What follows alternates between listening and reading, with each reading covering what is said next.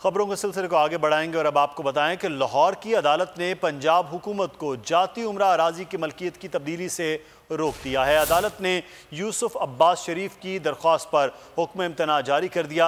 हुकूमत को रिहाइशगाह के कब्जे की मदाखलत न करने की हिदायत कर दी गई है। अदालत ने तमाम फरीकैन को रिकॉर्ड समेत 27 अप्रैल को तलब कर लिया।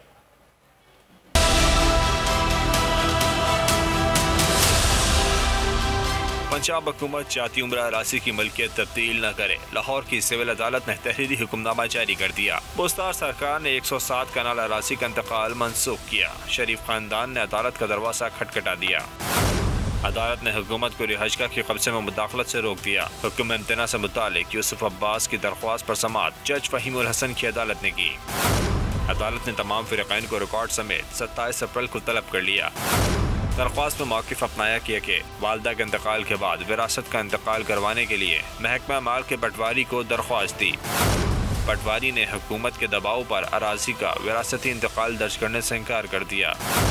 अब हुकूमती दबाव पर गैर कानूनी तरीके से अराजी की मलकियत और हैसियत तब्दील की जा रही है।